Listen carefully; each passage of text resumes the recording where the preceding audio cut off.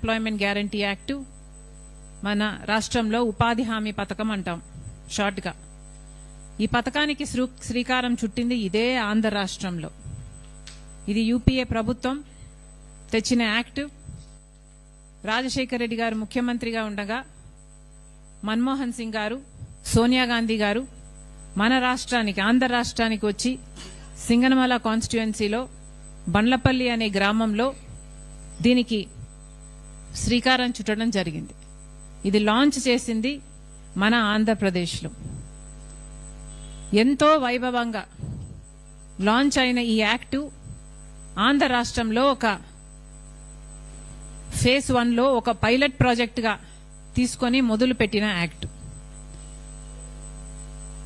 అప్పటి ముఖ్యమంత్రి రాజశేఖర రెడ్డి గారు ఈ పథకం మీద ప్రత్యేకమైన శ్రద్ధ పెట్టారు. ఆ విషయాలన్నీ ఇటీవల కొప్పులరాజు గారు కూడా అప్పటి ఆ డిపార్ట్మెంట్కు ఉన్న ప్రిన్సిపల్ సెక్రటరీగా పనిచేసిన వారైనా ఎంతో వివరించి చెప్పడం జరిగింది.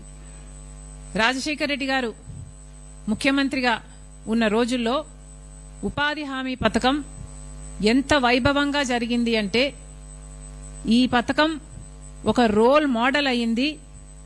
మిగతా ఫేజ్ 2లో మిగతా రాష్ట్రాలన్నీ కూడా లాంచ్ చేయటానికి విధి విధానాలు తయారు చేయటంలో ఆంధ్ర రాష్ట్రం, రాజశేఖర రెడ్డి గారు గొప్ప పాత్ర వహించడం జరిగింది. రాజశేఖర రెడ్డి గారు ముఖ్యమంత్రిగా ఉపాధి హామీ పథకం ఈ ఆంధ్ర రాష్ట్రంలో ప్రవేశపెట్టినప్పుడు ఎంత అద్భుతంగా ఈ పథకాన్ని అమలు చేశారు అంటే, పథకం మొదలైన కొన్ని నెలలకే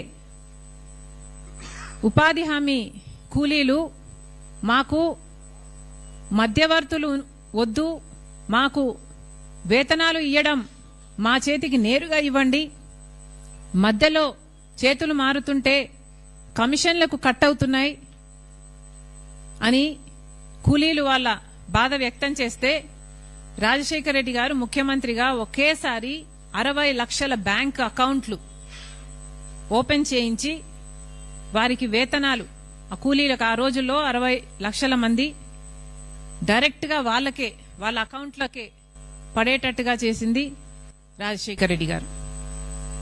అలాగే ఆ రోజుల్లో ఉపాధి హామీ కూలీలకి 365 రోజులు ఏ రోజైనా సరే పని కల్పించే ఈ పథకంలో సీజన్, అగ్రికల్చర్ సీజన్లో ఉన్న ఆ 60 రోజులు 90 రోజులు మినహాయింపు కలిగించాలని చాలా ఒత్తిడి వచ్చింది. పెద్ద పెద్ద నాయకులు కూడా ఈ 60 రోజులు బయటికి పంపిస్తే సరిపోతుంది కదా, తర్వాత తలిపేసేయండి అమ్మా. ఆ రోజుల్లో ఈ అగ్రికల్చర్ సీజన్లో మినహాయింపు ఉండాలి అని పెద్ద పెద్ద నాయకులు కూడా చెప్పడం జరిగింది. అంతేకాదు, ఇలా మినహాయింపు లేకపోతే కూలీలకు ఇచ్చే కూలీ డబ్బులు మేము ఎక్కువ ఇవ్వాల్సి వస్తుంది అని వాళ్ళు అడిగితే రాజశేఖర రెడ్డి గారు అన్నారు మాట, లేదు కూలీలకి ఇంకొక ఆప్షన్ ఉంది అంటే కూలీలకి బార్గెనింగ్ పవర్ ఉన్నట్టు, ఉపాధి హామీ పథకం, ఉపాధి హామీ పనులు ఉన్నాయి అంటే కూలీలకు ఒక భరోసా ఉంటుంది, మాకు ఈ పని కాకపోతే ఆ పని చేసుకోవచ్చు అన్న భరోసా ఉంటుంది. అంటే వ్యవసాయదారులు అందరూ లేదు మాకు కూలీ డబ్బులు ఎక్కువ అవుతాయి అప్పుడు, ఎందుకంటే మేము మ్యాచ్ చేయాల్సి వస్తుంది ఉపాధి హామీ వేజెస్తో అని అంటే రాజశేఖర రెడ్డి గారు ససేమిరా వీల్లేదన్నారు. దాంతో వ్యవసాయదారులు చాలా మంది అలిగి ఒక సీజన్ బాయ్కాట్ కూడా చేశారు. చేసినా రాజశేఖర రెడ్డి గారు లొంగలేదు. ఎట్లయినా సరే బార్గెనింగ్ పవర్ కూలీల చేతుల్లో ఉండాల్సిందే అని 60 రోజులు అగ్రికల్చర్ సీజన్లో మినహాయింపు ఇవ్వలేదు రాజశేఖర రెడ్డి గారు. అదే ఒక విధి విధానంగా మారింది మన్రేగా యాక్ట్, ఉపాధి హామీ స్కీమ్లో. అలాగే రాజశేఖర రెడ్డి గారు మన్రేగా స్కీమును అమలుపరిచినప్పుడు, ఉపాధి హామీ స్కీమును అమలుపరిచినప్పుడు సోషల్ ఆడిట్ అంటే ఈ స్కీమ్ బాగా జరుగుతుందా లేదా అన్నది, ఫీల్డ్ ఆఫీసర్లు సరిగా చేస్తున్నారా లేదా అన్న విషయం బయట ఎవరో వచ్చి ఆడిట్ చేయటం కాదు, కార్మికులే అంటే కూలీలే, ఏ గ్రామానికి సంబంధించిన కూలీలే ఆడిట్ చేసుకోగలగాలి. ఏ పనులు ఎంతమంది చేస్తున్నాం, ఎన్ని డబ్బులు వచ్చాయి, ఎవరెవరికి ఇస్తున్నారు అన్న విషయాలు ఆడిటింగ్ కూడా కూలీలే చేసుకోగలగాలి అని సోషల్ ఆడిటింగ్ కూడా ప్రవేశపెట్టింది రాజశేఖర రెడ్డి గారు. ఇలా ఎన్నో విషయాలలో మన్రేగా యాక్ట్కి విధి విధానాలు రూపొందించడంలో ఆంధ్ర రాష్ట్రం ఒక రోల్ మోడల్గా నిలిస్తే, ఆ తర్వాత ఫేజ్ 2లో ఈ national rural employment guarantee act ప్రకారం ప్రవేశపెట్టిన ఈ పథకాన్ని దేశమంతా లాంచ్ చేసినప్పుడు ఆంధ్ర రాష్ట్రం విధించిన లేక ఏర్పరిచిన విధి విధానాలతోనే అమలుపరచడం జరిగింది. అది కూడా 20 ఏళ్లగా. 20 సంవత్సరాలైంది ఉపాధి హామీ పథకం ప్రారంభమై. 20 ఏళ్లగా కూలీలందరికీ ఆత్మవిశ్వాసం ఉండేది, ఆత్మగౌరవం ఉండేది. ఎంతోమంది ఉపాధి హామీలో పాల్గొన్నారు. మన దేశంలో అయితే కోట్ల మంది ఉన్నారు. ఇంతమంది వాళ్ళ జీవితాలను మెరుగుపరుచుకోగలిగారు, వాళ్ళ బిడ్డలను చదివించుకోగలిగారు, వాళ్ళకి బయింగ్ పవర్ పెరిగింది, విలేజెస్లో ఎకనామిక్ యాక్టివిటీ పెరిగింది. ఇలా ఎన్నో విధాలుగా ఉపాధి హామీ పేద ప్రజలకు, పేద కూలీలకు ఒక ఆసరాగా నిలబడింది. కానీ బీజేపీ ప్రభుత్వం పుట్టిందే సర్వనాశనం చేయటానికి, కాబట్టి ఈ పథకాన్ని కూడా నాశనం చేయటానికి పూనుకున్నారు. ఇంత బ్రహ్మాండమైన పథకం, దేశ విదేశాల నుంచి వచ్చి రీసెర్చ్లు చేసిన పథకం, దేశ విదేశాలు ప్రపంచంలోనే ఇది అద్భుతమైన పథకంగా పేరు తెచ్చుకున్న ఈ పథకాన్ని కూడా నిర్వీర్యం చేయటానికి ఈరోజు బీజేపీ పార్టీ పూనుకుంది. అందుకే ఈ పథకానికి ఆల్టర్నేటివ్ గా విబి గ్రామ్జీ అని ఇంకో పథకాన్ని ప్రవేశపెడుతున్నాము అని కేంద్రం మొన్న ప్రకటించి ఒక యాక్ట్ని తీసుకురావడం జరిగింది. మొట్టమొదటిగానే రావడంతోనే మహాత్మా గాంధీ పేరుని ఈ యాక్ట్లో నుంచి తొలగించడం జరిగింది. మహాత్మా గాంధీ గారు ఎవరండి? మహాత్మా గాంధీ గారు మన రాష్ట్రానికి, మన దేశానికి స్వాతంత్రం తెచ్చిన వాళ్ళు. గ్రామ స్వరాజ్యం ఉంటేనే దేశం బాగుపడుతుంది అని చెప్పిన వాళ్ళు. డీసెంట్రలైజేషన్ ఆఫ్ పవర్ ని అడ్వకేట్ చేసిన వాళ్ళు. కాబట్టే ఈ రోజుటికి కూడా మన గ్రామాలలో అంతో ఇంతో పవర్ మిగులుంది. కానీ మహాత్మా గాంధీ గురించి వీళ్లకు తెలియక కాదు, కానీ మహాత్మా గాంధీ అంటే వీళ్ళకి ద్వేషం కాబట్టి ఈరోజు మహాత్మా గాంధీ గారి పేరు తీయడం జరిగేది. మహాత్మా గాంధీ గారిని ఆర్ఎస్ఎస్ సభ్యుడు గాడ్సే కూనీ చేస్తే ఈరోజు మహాత్మా గాంధీ పేరు పెట్టుకున్న ఈ పథకాన్ని కూనీ చేయటానికి పూనుకున్నాడు మోడీ గారు. మరి వీళ్ళని ఏమనాలి? ఈరోజు మహాత్మా గాంధీ గారి ఆశయాలను కూడా కూనీ చేయటానికి వీళ్ళు సాహసం చేస్తున్నారు అంటే వీళ్ళలో ఎంత పొగురుందనుకోవాలి. MNREGA, Mahatma Gandhi national rural employment guarantee యాక్ట్కు వీళ్ళు తెచ్చిన ఇప్పుడు విబి గ్రామ్ యాక్ట్కు చాలా తేడా ఉంది. నక్కకు నాగలోకానికి ఉన్నంత తేడా ఉంది. కొన్ని తేడాలు నా భాషలో వివరించడానికి ప్రయత్నిస్తాం. మొదటి తేడా, మన్రేగా అన్నది డిమాండ్ ఆధారంగా పనిచేసింది. అంటే ఏ గ్రామస్తుడైనా వాళ్ళ గ్రామ పంచాయతీకి వెళ్లి 15 రోజుల్లోగా పని కావాలి అని హక్కుగా అడగొచ్చు. 15 రోజుల్లో ఆ కుటుంబానికో లేకపోతే ఆ కూలీకో పని కల్పించాల్సిన బాధ్యత యంత్రాంగానికి ఉంది. అంటే మొట్టమొదటిగా డిమాండ్ బేస్డ్ హక్కుగా గ్యారంటీగా ఉంది మన్రేగాలో. కానీ ఇప్పుడు మోడీ గారి విబి గ్రామ్ ప్రకారము ఇది డిమాండ్ బేస్డ్గా ఉండబోదు, ఇది నోటిఫైడ్ పద్ధతిలో పని ఇవ్వటం జరుగుతుంది. అంటే ఏ గ్రామంలో ఈ పథకం అమలు కావాలి అన్నది కేంద్ర ప్రభుత్వం నిర్ణయిస్తుంది. అంటే ఏ జిల్లాలో అయినా, ఏ రాష్ట్రంలో అయినా, ఏ గ్రామంలో అయినా అసలు ఈ పథకం ఉండాలా ఉండొద్దా అన్నది ఇక ఇప్పుడు యూనివర్సల్ కానే కాదు, ఇది ప్రతి కార్మికుని హక్కు కానే కాదు. ఇది కేవలం కేంద్ర ప్రభుత్వం ఎక్కడ నోటిఫై చేసి ఈ పని జరగాలి అని అంటే అక్కడ మాత్రమే అమలు చేస్తారట.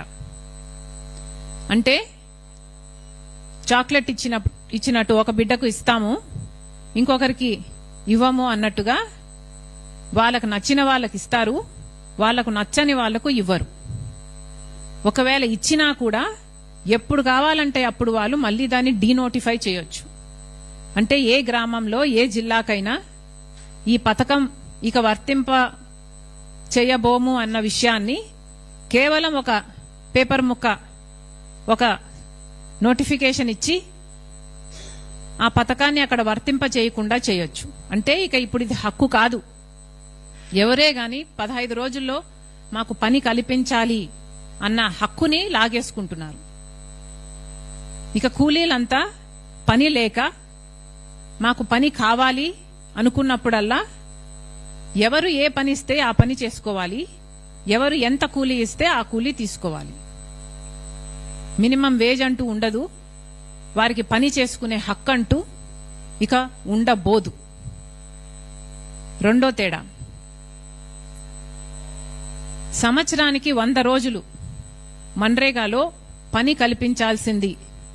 ఇది హక్కుగా, ప్రతి కూలీకి హక్కుగా 100 రోజులు పాటు పని కల్పించాలి అన్నది యాక్ట్ చెప్తుంది మన్రేగాలో.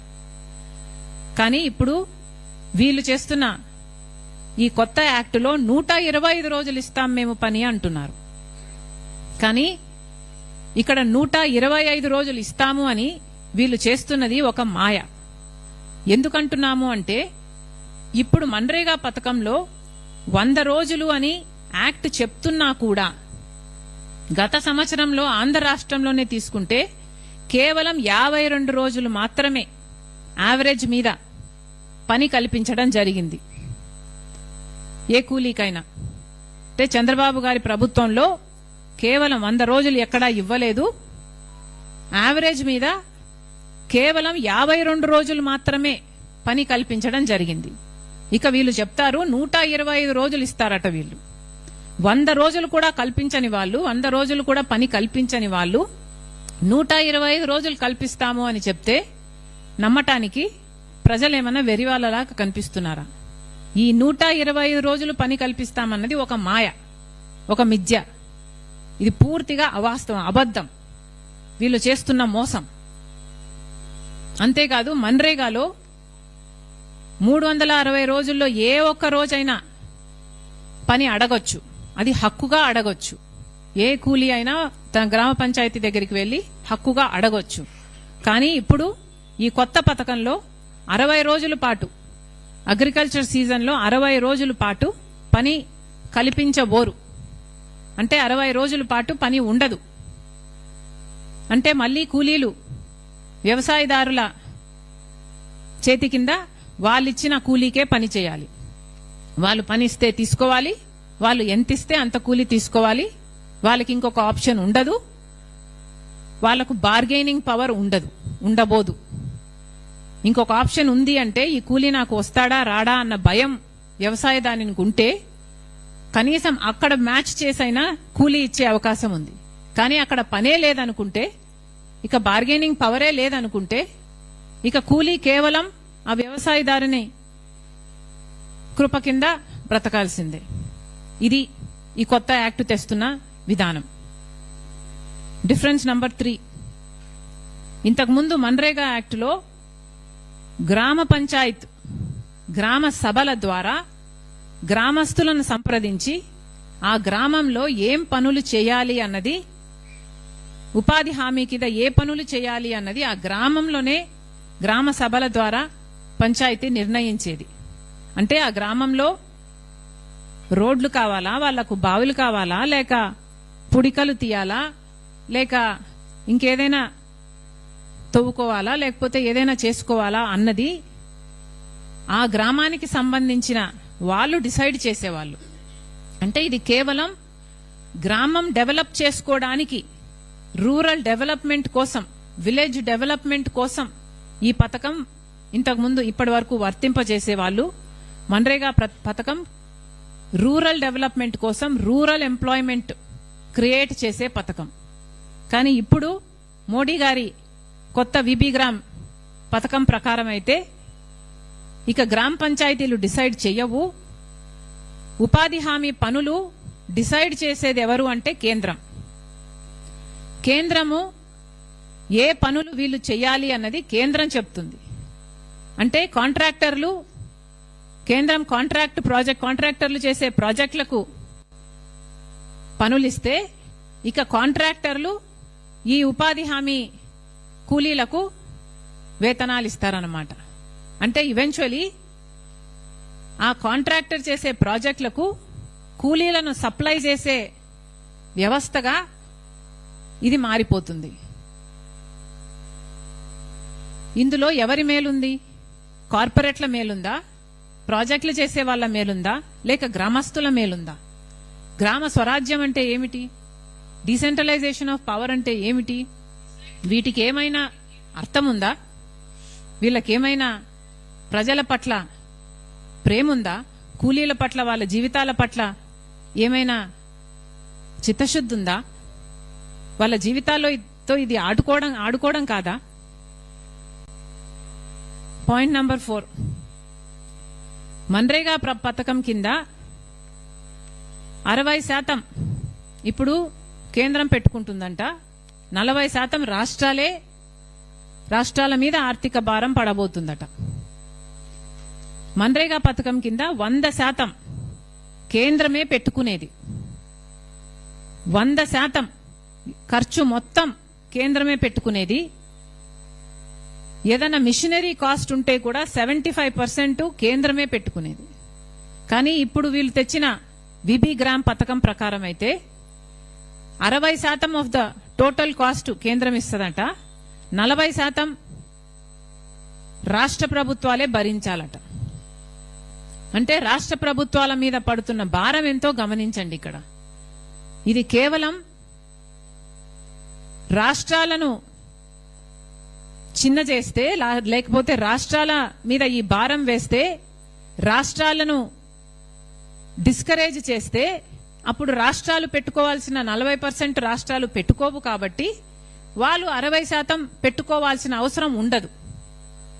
సో బేసిక్ గా ఈ పథకానికి ఇప్పటి వరకు సంవత్సరానికి 86,000 కోట్లు ఖర్చు చేస్తే అది మొత్తం మన్రేగాలో కేంద్ర ప్రభుత్వమే పెట్టుకునేది. కానీ ఇప్పుడు 60% మాత్రమే కేంద్ర ప్రభుత్వం పెట్టుకుంటుందట, 40% ఈ భారం రాష్ట్రాల మీద పడుతుందట. అంటే ఫర్ ఎగ్జాంపుల్ ఒక 500 రూపాయలు ఆంధ్ర రాష్ట్రం మీద మన్రేగాలో ఇది వరకు ఖర్చు పడితే, ఇప్పుడు విబి గ్రామ్ యాక్ట్ ప్రకారం ఉపాధి హామీ పథకం నడిపితే 5,000 కోట్ల ఖర్చు పడుతుంది. పెట్టుకుంటారా చంద్రబాబు గారు? పెట్టుకోగలరా ఆంధ్ర రాష్ట్రం? ఇది పెట్టుకోలేదు కాబట్టే చంద్రబాబు గారు ఇప్పటికే కేంద్రం దగ్గర ఉపాధి హామీ పథకం కోసం మాకు అదనంగా డబ్బులు ఇవ్వండి అని అడగడం మొదలు పెట్టారు. అయ్యా చంద్రబాబు గారు, విబి గ్రామ్ పథకానికి మీరు ఈ బిల్లుకు మీరు మద్దతు ఇవ్వడం ఎందుకు? మళ్ళీ 40% భారం రాష్ట్రం మీద పడింది అని మళ్ళీ డబ్బులు అడుక్కోవడం ఎందుకు? ఇది చాలా అన్యాయం.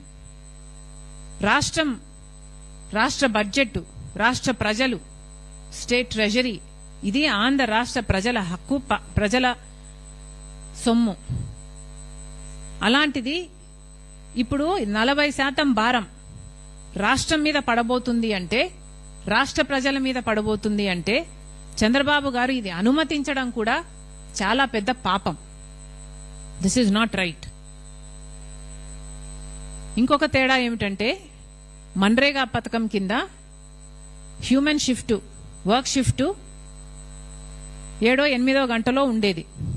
కానీ ఇప్పుడు విబిగ్రామ్, మోడీ గారు విబిగ్రామ్ కొత్త యాక్ట్ ప్రకారం అయితే 12 గంటల పాటు మండుటి ఎండలో పని చేస్తేనే కూలీలు ఇస్తారట. ఇంకా చాలా తేడాలున్నాయి. సోషల్ ఆడిట్ ఉండదు, కాంట్రాక్టర్లను ఎవరు ఆడిట్ చేసే వాళ్ళు ఉండరు, కనీసం గ్రామస్తులైతే ఆడిట్ చేసుకునే వీలుండదు. అలాగే మినిమం వేజ్ గ్యారంటీ ఉండదు. అసలు వేజ్ ఎంత ఇస్తున్నారు, కార్మికుని చేతికి, కూలీ చేతికి ఎంత పోతుంది అన్న లెక్క ఉండదు. సో ఇవేవి ఉండకుండా, అకౌంటబిలిటీనే లేకుండా కేవలం కార్పొరేట్లకు మేలు చేసేటట్టుగా, కాంట్రాక్టర్లకు మేలు చేసేటట్టుగా ఈ పథకాన్ని తయారు చేస్తున్నారు. ఇది అన్యాయం కాదా? విబిగ్రామ్ వల్ల, ఈ కొత్త చట్ట ప్రకారం చాలా నష్టాలు జరుగుతాయి. ముఖ్యంగా అన్ఎంప్లాయ్మెంట్ పెరుగుతుంది. రూరల్ ప్లేసెస్లో అంటే గ్రామాలలో ఇక ఉపాధి హామీ పనులు తగ్గిపోవడం వల్ల, ఎందుకంటే రాష్ట్రం 40% పెట్టుకోవాలి కాబట్టి రాష్ట్రం అంతా ఎంకరేజ్ చెయ్యదు. ఈవెన్చువలీ గ్రామ పనులు కూడా జరగవు కాబట్టి కాంట్రాక్టర్ల కింద వీళ్ళు పని చేయాల్సి వస్తుంది నోటిఫైడ్ పద్ధతిలో విబిగ్రామ్ ప్రకారం. కాబట్టి ఈవెన్చువలీ ఉపాధి హామీ అన్నది తగ్గడం కాదు, చచ్చేపోతుంది. దాంతో అన్ఎంప్లాయ్మెంట్ పెరుగుతుంది. అన్ఎంప్లాయ్మెంట్ పెరిగితే పని లేక వలసలు వెళ్లాల్సిన అవసరం ఉంటుంది. అంటే distress migration, rural distress migration ని చూడాల్సి వస్తుంది. ఇప్పటికే మన బిడ్డలకు ఉద్యోగాలు లేక కుటుంబాలు అల్లాడిపోతున్నాయి. ఇక గ్రామాలలో కూడా పని దొరకడం కష్టమైపోతుంది. అంటే కనీసం తిండికి కూడా నోచుకోని స్థితికి గ్రామస్తులు వస్తారు, కూలీలు వస్తారు. ఇది దీని పరిణామం అవుతుంది. నాయకులు ఆలోచించుకోవాల్సిన అవసరం ఉంది. లేబర్ ఎక్స్‌ప్లాయిటేషన్ కూడా జరుగుతుంది. ఇప్పటి వరకు లాగా సోషల్ ఆడిట్ ఉండదు. ఇంత కూలీ ఇవ్వాలి కదా అని కూలీ అడగడానికి ఉండదు. ఆ లేబరు, ఆ కాంట్రాక్టరు ఎంత ఇస్తే అంత కూలీ తీసుకోవాల్సిన పరిస్థితి వస్తుంది. 60 రోజులు పనే ఉండదంట. ఇవన్నీ వీటి దృష్ట్యా లేబర్ని ఎక్స్‌ప్లాయిటేషన్ చేయడం జరుగుతుంది. బానిస వ్యవస్థ తయారయ్యేటట్టు చేస్తున్నారు వీళ్ళు. ఇది ఎక్కడి న్యాయమని అడుగుతున్నాం. అందుకే కాంగ్రెస్ పార్టీ ఈ విధానాన్ని